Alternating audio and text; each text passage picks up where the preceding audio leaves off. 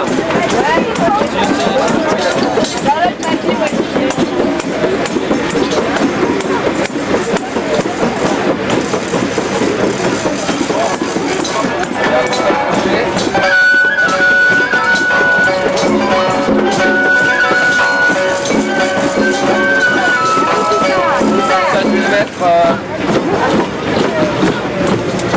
Tu veux te déplier? Ouais, tu peux les mettre. Tu peux les laisser mettre dedans.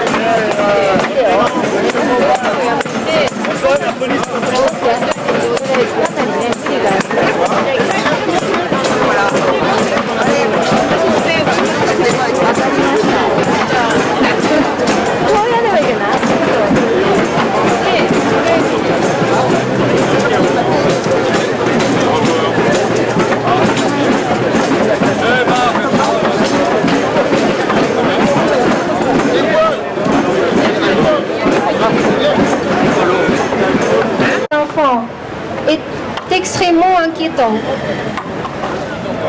Malgré tout cela, personne n'est puni. Et TEPCO a dit dès le début que l'énergie du tsunami avait été en dehors de tout ce qui était imaginable et qu'ils ne sont pas responsables de l'accident.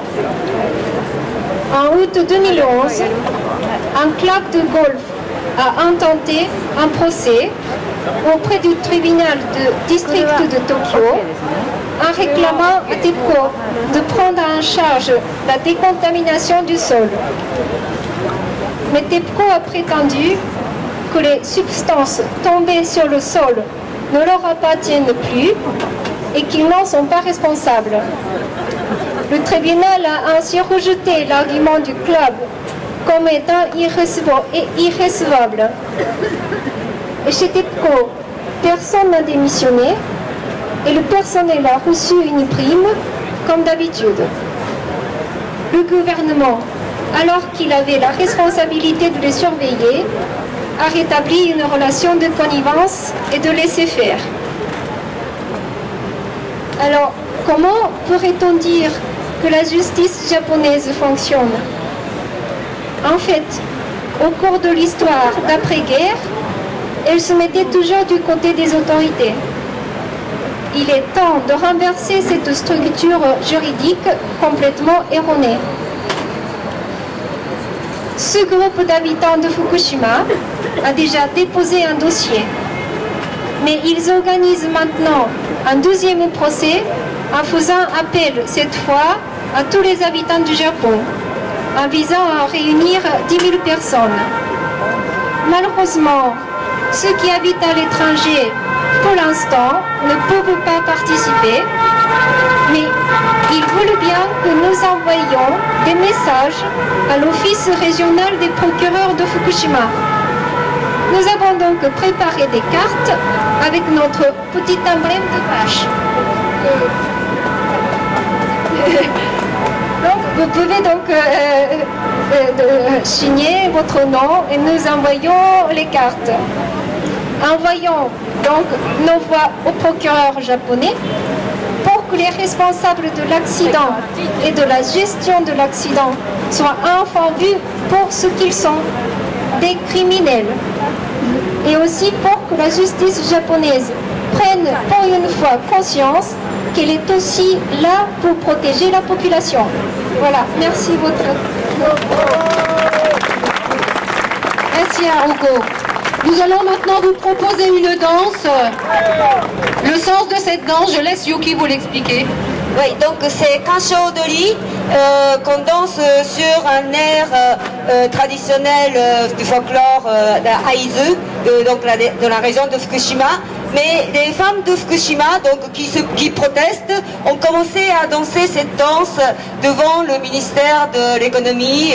Et à chaque fois maintenant, quand il y a des rassemblements et des manifestations, surtout des femmes, mais tout le monde danse en signe de soutien à des femmes de Fukushima et puis à des victimes de Fukushima et puis en signe de protestation contre les autorités. Donc c'est très simple, vous allez voir. On va vous apprendre si vous voulez.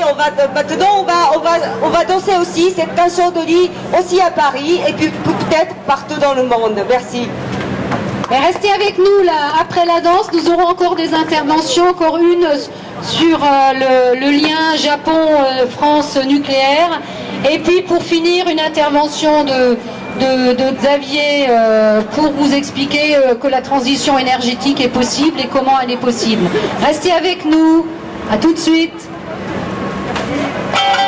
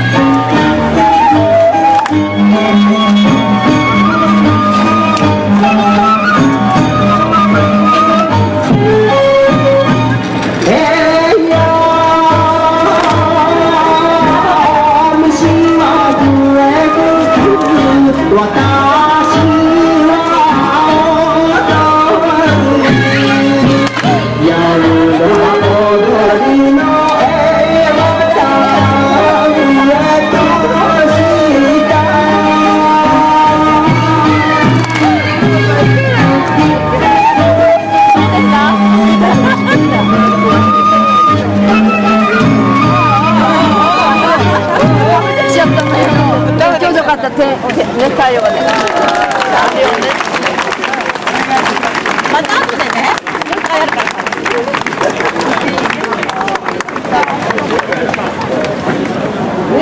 Merci beaucoup. Merci pour cette danse de la joie et de la paix et du soutien à ce peuple. Le soleil est avec nous, c'est super, n'est-ce pas? Voilà l'énergie solaire qui arrive. Ouais. C'est la fin de l'énergie nucléaire, c'est le soleil qui arrive. Il y a un moment qui nous attend. Bon, donc là je vais donner la parole à, comment il s'appelle le jeune homme qui voulait parler de la problématique. Ah, voilà, je te laisse la parole. Bonjour, je m'appelle Ryoma, je suis métis franco-japonais et aujourd'hui je suis fier de participer avec les gens de Yosomono.net. Yosomono, donc comme expliqué par Madame Takahata, c'est-à-dire ce ne sont pas forcément les étrangers, ce sont des gens qui finalement ne sont plus considérés dans le groupe parce qu'ils vivent à l'étranger. Nous sommes toujours japonais, mais on nous refuse de parler du nucléaire parce que soi-disant nous sommes à l'écart. La danse que vous venez de voir, ce n'est pas une danse de joie, c'est la danse que les maires de Fukushima dansent tous les vendredis dans des régions contaminées en attendant qu'on leur donne des informations sur l'état de santé de leurs enfants qui se dégradent. Si les gens encerclent la diète régulièrement, c'est parce que les Japonais, eux non plus, ne supportent pas qu'on leur mente et qu'on leur dise d'attendre que tout se passe bien.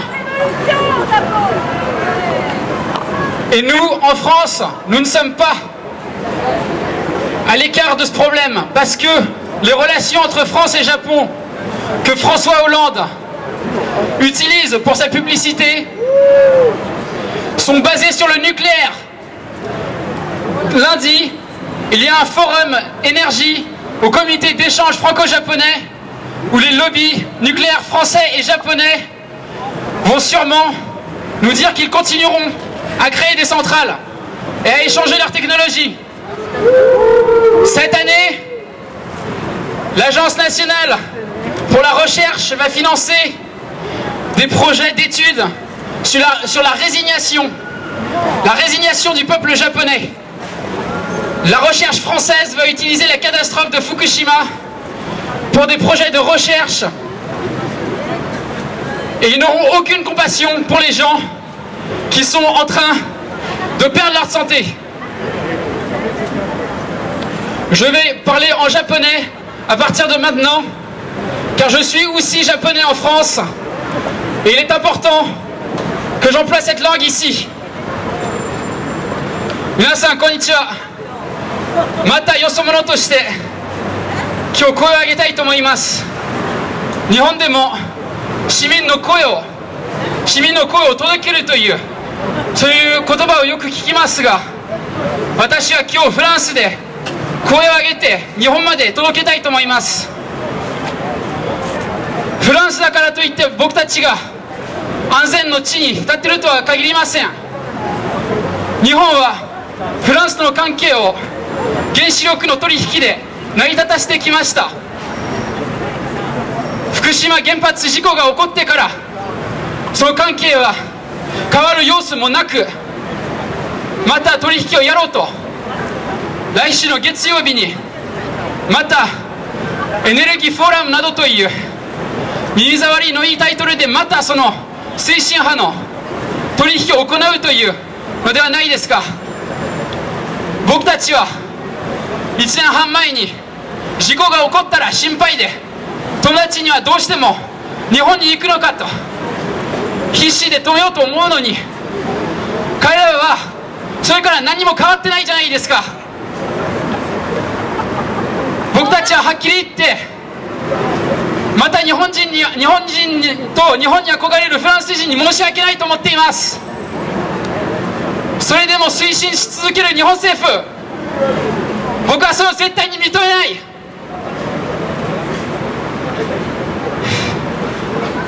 La lutte contre le nucléaire, ce n'est pas seulement l'arrêt des centrales. Le lobby nucléaire, jusqu'à maintenant, nous a permis de faire des études a permis de financer des études pour les Japonais qui vivent ici. Il ne s'agit pas seulement de changer l'industrie, il faut réorganiser les réseaux d'entraide. Les manifestations n'apporteront pas tout. Il faut aussi se concentrer sur notre futur, sur notre avenir.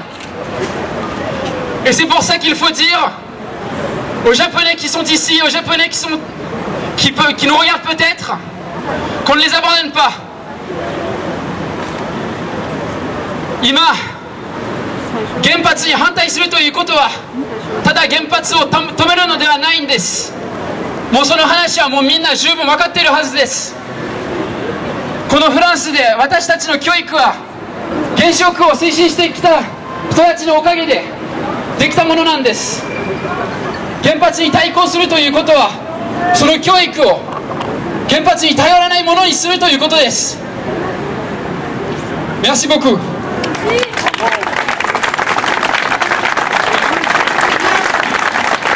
Merci Ryoma. Un petit intermède à nouveau, avec un peu d'humour, n'est-ce pas? On fait bien avancer aussi les idées. Et derrière vous, vous avez un anagramme que nous avons fait et que nous utilisons régulièrement dans nos actions. Vous pouvez lire donc cet anagramme où vous verrez que centrale nucléaire se transforme en cancer et la ruine.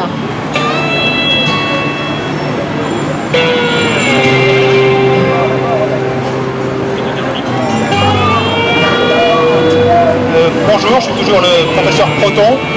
Vous savez qu'il y a un accident en cours en ce moment à la centrale de Nogent. J'ai une bonne nouvelle, parce que le nuage s'est arrêté à la frontière de l'Île-de-France, donc on est tout à fait protégé.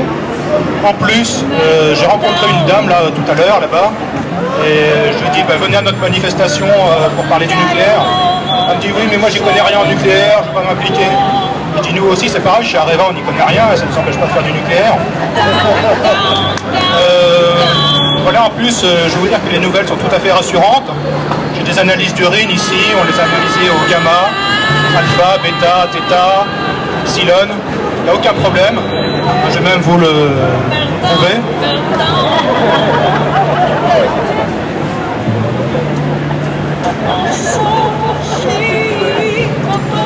Pour ceux qui veulent tester, il n'y a pas de problème. Personne n'est volontaire. Vous avez raison, il faut toujours faire confiance à l'industrie nucléaire. Merci Baptiste.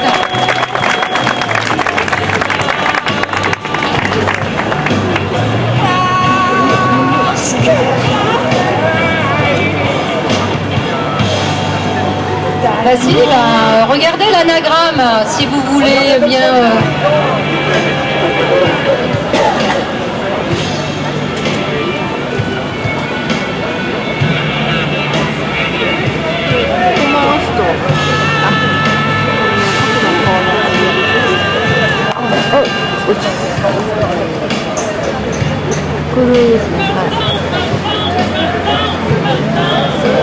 Centrale nucléaire, cancer et ruine.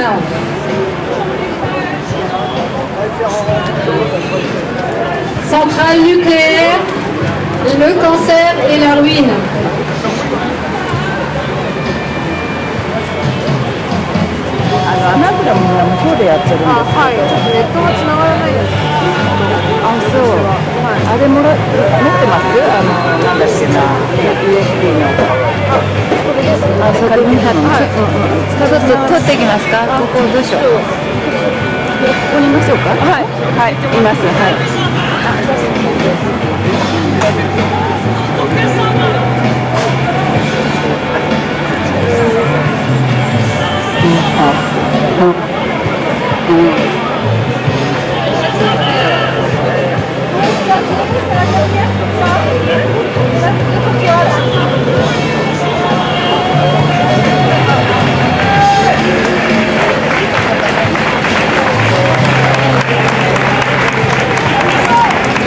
Merci. Et pour terminer,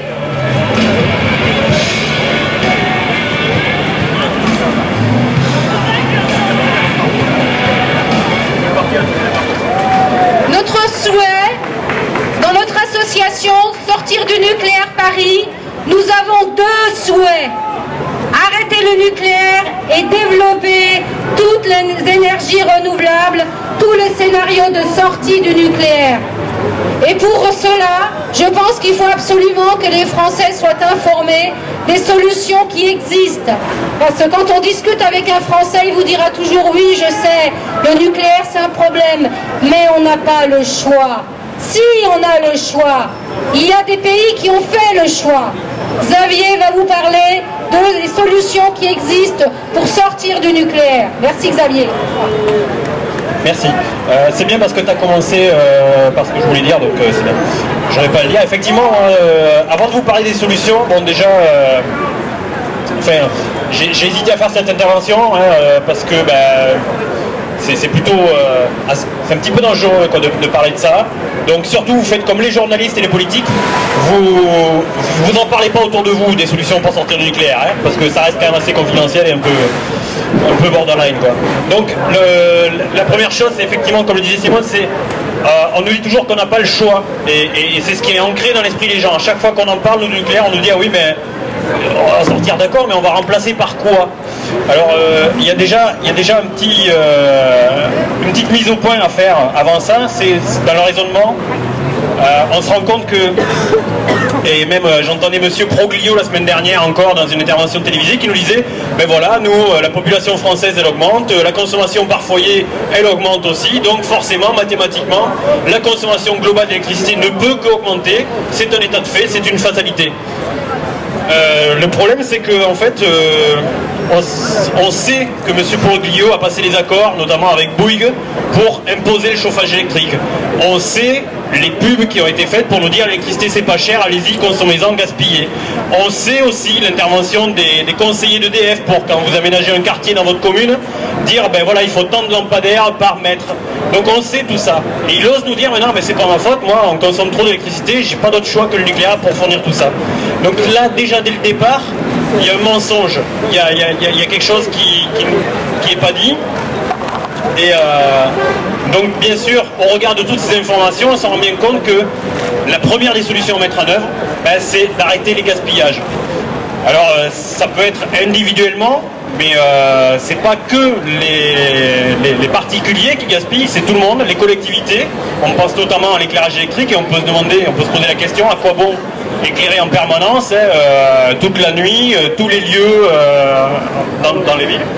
Et puis ensuite, on a aussi tout ce qui est conception des bâtiments, évidemment, puisque jusqu'à maintenant, donc, comme je disais tout à l'heure, on a passé des accords pour mettre du chauffage électrique dans des logements qui ne sont pas isolés.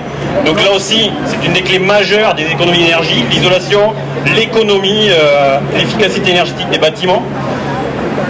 Dans le neuf, mais aussi en rénovation, parce que il y a tout le passif maintenant qu'il faut absorber. Et puis dans le secteur industriel, on fera, enfin je ne vais pas vous faire la liste de tous les procédés industriels qui gaspillent de l'énergie. Comme exemple, l'exemple plus flagrant, c'est quand on utilise de l'eau chaude et puis que quand on veut refroidir, on jette cette eau chaude à l'égout. C'est complètement con, il faudrait mieux récupérer la chaleur. Voilà, donc il y a énormément de mesures qui peuvent être mises en œuvre pour économiser l'énergie. Donc la deuxième mesure, c'est évidemment après, une fois qu'on a fait le tri de tout ce dont on a besoin et ce dont on n'a pas besoin, c'est l'efficacité énergétique. C'est-à-dire que quitte à utiliser une énergie, quelle qu'elle soit, il faut en tirer le meilleur parti. Et là aussi, on est vraiment à la ramasse. Parce que effectivement, nous on a le tout électrique, donc on transforme toutes nos énergies en électricité. Et à chaque fois avec un rendement plutôt médiocre. Sachant, il faut savoir que dans les centrales thermiques ou thermonucléaires, on fait de la chaleur, comme l'expliquait Annie tout à l'heure, pour faire tourner des turbines qui elles font tourner un alternateur qui fait de l'électricité. Donc toute cette chaîne de transformation, ça fait à chaque fois des pertes. Et donc un rendement de 30% dans le meilleur des cas dans les centrales thermiques. Donc évidemment il faut utiliser l'énergie au plus près de là où on en a besoin, utiliser la chaleur pour chauffer et pas de l'électricité pour chauffer, et pas transformer la chaleur en électricité qui va ensuite chauffer. Voilà.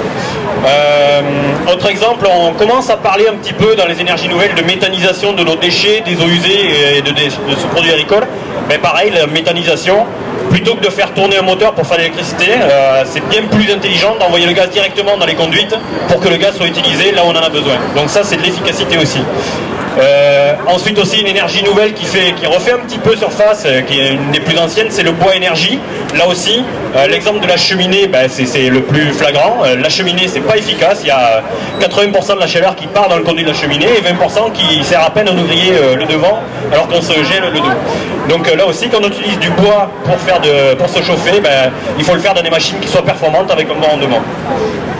Enfin, une fois qu'on a fait cette démarche d'économie et d'efficacité énergétique, après il faut se poser la question de quelle source d'énergie on dispose. Et là, si on a fait ces deux démarches, on se rend compte que les énergies renouvelables sont suffisantes. Les énergies renouvelables, c'est pas uniquement les panneaux solaires et les éoliennes comme veulent nous faire le croire EDF et consorts. Il y a plein de sources d'énergie. Alors effectivement, il y a l'éolien, mais il n'y a pas que le gros éolien qu'on voit au bord des autoroutes ou au bord de la mer, ou dans les grandes plaines. Il y a aussi le petit éolien chez les particuliers, pour des collectivités, etc. Là où ça vaut le coup. Le solaire, il y a le solaire thermique qui permet directement de faire de la chaleur, sans passer par la case d'électricité. Il y a le solaire photovoltaïque, bien sûr, qui lui, là, permet de faire de l'électricité. Le bois énergie, j'en ai parlé. La géothermie, l'hydraulique, là aussi, il y a les grosses installations hydrauliques, mais il y a toutes les petites installations hydrauliques qui existaient il y a longtemps déjà, et qu'on peut remettre en marche, les petits moulins hydrauliques, les petits moulins à farine qu'on utilise autrefois et qu'on peut rééquiper de turbines, etc. Et puis, j'en ai aussi parlé de la méthanisation des déchets, à condition que ce soit fait intelligemment. Voilà, donc, évidemment, quand on voit toute cette diversité, on comprend aussi qu'il ne faut pas utiliser la même source d'énergie, une seule source d'énergie, partout, sur tout le territoire. J'ai un peu de mal à tourner mes feux. C'est l'humidité, excusez-moi. Donc évidemment, le but, c'est de répartir les productions d'énergie pour les rapprocher des lieux de consommation, éviter les pertes qui sont dues au transport d'énergie, et puis faire un mix qui soit cohérent et avec des énergies qui sont complémentaires les unes des autres. Là aussi, c'est plus intelligent que de faire une seule source d'énergie. Voilà, le vrai choix, c'est pas juste la bougie ou le nucléaire, ça il faut bien le faire rentrer dans la tête de tout le monde. C'est un peu plus long à expliquer, je vous l'accorde. Alors pour ça, venez au village énergie qu'on organise, notamment le 2 décembre, parce que s'il faut en discuter, il faut expliquer. Mais par contre, c'est quand même plus simple à mettre en œuvre, moins dangereux, plus sûr et de manière durable. Voilà, il y a tous les points de vue. Donc on nous parle d'indépendance énergétique de la France. L'indépendance énergétique, elle commence par celle des Français et pas seulement d'EDF. Et en plus, de qui se fout-on en parlant d'indépendance énergétique quand on va chercher l'uranium au Niger? Voilà, donc si on fait vraiment toutes ces démarches de diminuer vraiment nos besoins, alors les ressources locales et renouvelables sont non seulement suffisantes, mais économiquement supportables. Comme on l'a vu tout à l'heure aussi avec Annie, le coût du nucléaire augmente, le coût des renouvelables baisse lui. Et de toute façon, le seul moyen de baisser les risques environnementaux et de baisser les factures, c'est de baisser nos consommations. Ça commence par ça, c'est du simple bon sens. Voilà. Pour finir, je vais quand même parler d'un petit peu des exemples de ce qui se fait déjà, parce qu'il y a quand même des initiatives qui sont prises en France, notamment Enercop qui fournit une énergie 100% renouvelable, et ça permet par la consommation, on n'y a pas le lien entre le consommateur et le producteur de financer des unités de production d'énergie renouvelable. On a Énergie Partagée qui est une structure qui a pour but de financer les investissements dans le renouvelable. Donc on peut encore souscrire, c'est pas fini, et investir notre argent dans l'économie d'énergie et les énergies renouvelables. Puis après, il y a pas mal d'exemples, je ne vais pas citer, je vais passer parce que on a fait assez long jusque-là. Si vous voulez avoir des sources plus précises sur ce que je viens de dire, il y a le scénario Négawatt, le rapport Négawatt qui commence à être assez connu et qui chiffre précisément les potentiels respectifs de toutes ces mesures d'efficacité, d'économie et des ENR.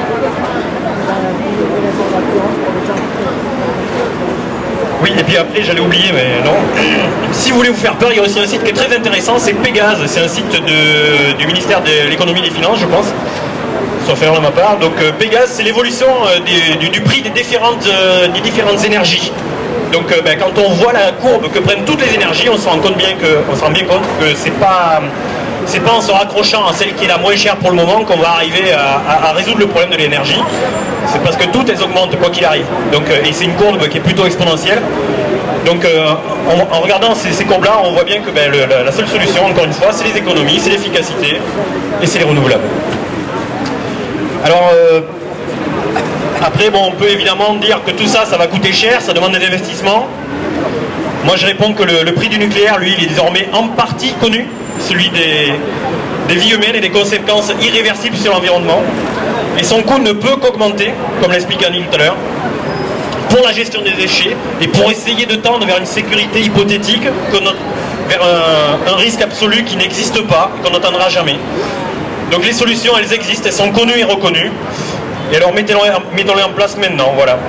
À notre niveau, pour lutter contre le mensonge d'une consommation croissante qui oblige une production croissante elle aussi, il faut faire bouger les mentalités sur les solutions, il faut informer, il faut démontrer, il faut prouver que ces solutions existent, sont utilisées avec succès depuis longtemps hors de nos frontières, mais aussi un petit peu en France, pas assez. Donc il faut casser cette propagande officielle. Cette démarche, à mon avis, est nettement aussi importante que de rappeler les dangers et les impasses vers lesquels le nucléaire nous amène. Voilà, le changement dans l'énergie, ça doit être maintenant. Alors messieurs les politiques, et d'ailleurs je tiens à remercier ceux qui sont venus aujourd'hui et qui ont pris de leur temps, arrêtez de passer la patate chaude au quinquennat suivant. Merci. Le 2 décembre. Merci Xavier. Le 2 décembre, oui. Effectivement, vous pouvez tous agir à votre niveau. Ça ne serait que par exemple en adhérant à ENERCOP. Là, vous êtes sûr d'avoir une électricité 100% renouvelable. Je ne fais pas de la pub, mais c'est juste pour vous dire que moins EDF aura de clients, plus ils seront mal, et mieux ça sera peut-être un moyen, parce que c'est toujours par l'argent qu'on peut faire réfléchir, et peut-être ça leur fera un petit peu réfléchir, même si on n'est pas très très nombreux chez ENERCOP, mais il y en a de plus en plus. Voilà, si vous ne voulez plus payer le nucléaire, allez chez ENERCOP.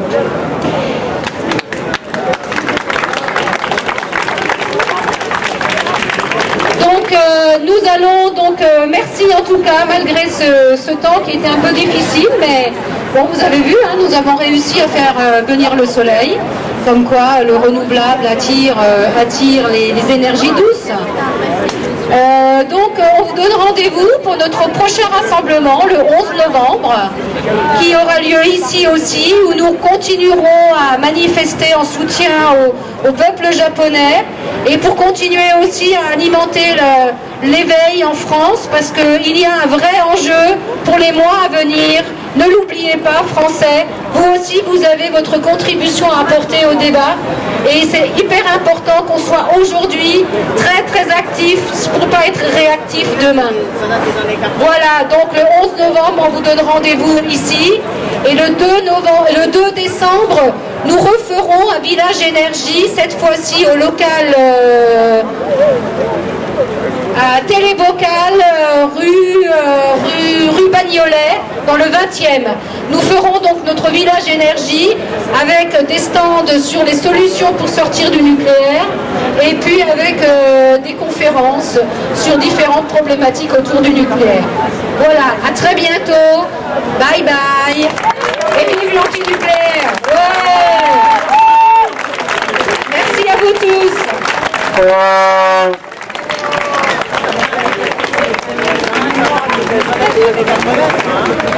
Thank you.